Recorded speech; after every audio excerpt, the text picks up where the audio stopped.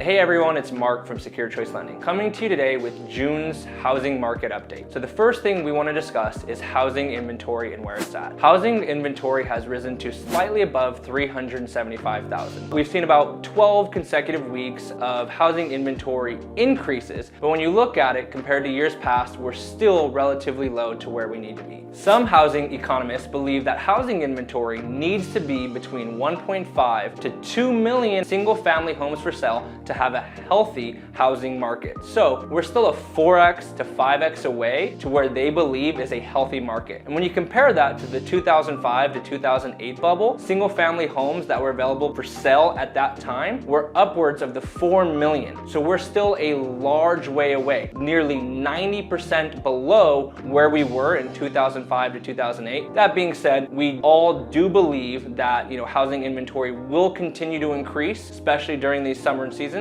So the question will just remain, how much? Now, the second point we want to talk about, and probably the most important part of the housing industry that we're looking at, is price cuts. Price cuts rose once again to a 24.1% increase. So that means 1 of every 4 houses on the market are currently seeing a price reduction. And you compare that to last year, that is significantly more from the price reduction standpoint. So we can see the buyer demand much slower than last year. That being said, when you compare that from 2016 all the way to 2019, we're still probably 5% lower than those years. So we have some room to catch up, but they are starting to increase rather rapidly compared to the previous few months. Now, the third point we want to discuss is US home list prices. They hit another record high this week at an average of $449,900. This is why some people truly believe that housing is in a bubble. Do I agree with that? No, and the reason why,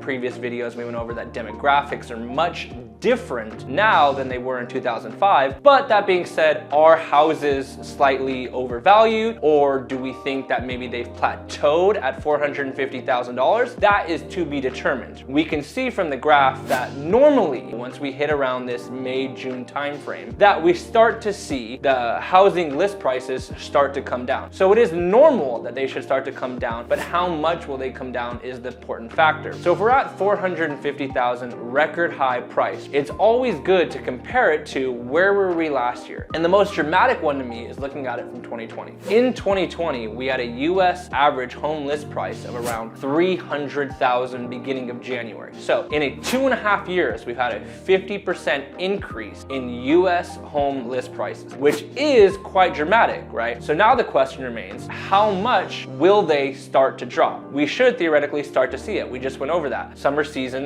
once we hit this May timeframe or June timeframe, July, they're starting to come down. But how much will they come down is the big question. And there's gonna be a lot of varying factors for that. How many more price cuts will we continue to see? How long will houses remain on the market? What will interest rates do? That's gonna be the very important factor, which we'll go over next. Because if today's interest rates are, 5.5%, we're still seeing a lot of buyer demand. We're still seeing a lot of housing affordability. But what would happen if interest rates went up to 6? What would happen if they went up to 6.5? And vice versa. What would happen if they went back down to the 4.5 to 5% region? Will that increase buyer demand? And that is all stuff that's to be determined in our future. Now, the next point we want to discuss is interest rates and where they're currently at. According to Freddie Mac's primary mortgage market survey, we have finally seen a little tail off from our peak. About 2-3 weeks ago, we peaked around 5.25 to 5.3% in an average mortgage interest rate. That is with a discount point included in this. We're down to about 5.1%, so we've seen about an 1/8 to a 1/4 dip from where our max was. But it's where will we be going the next 3, 6, 12 months to really determine where the housing market will go. Because like I said, if our interest rates head to 6%, that means housing affordability is pretty much going to be at its all-time high, worse than 2008. But if we start heading back to 4.5%, we definitely still have enough buyer demand where it could save some of these price cuts from being super dramatic. And that's where it's going to be contingent upon what will happen with these interest rates these next few months. So if you guys have any questions that you want answered or any topics that you want covered, please feel free to reach out. We'd love to do more of these in the next coming months.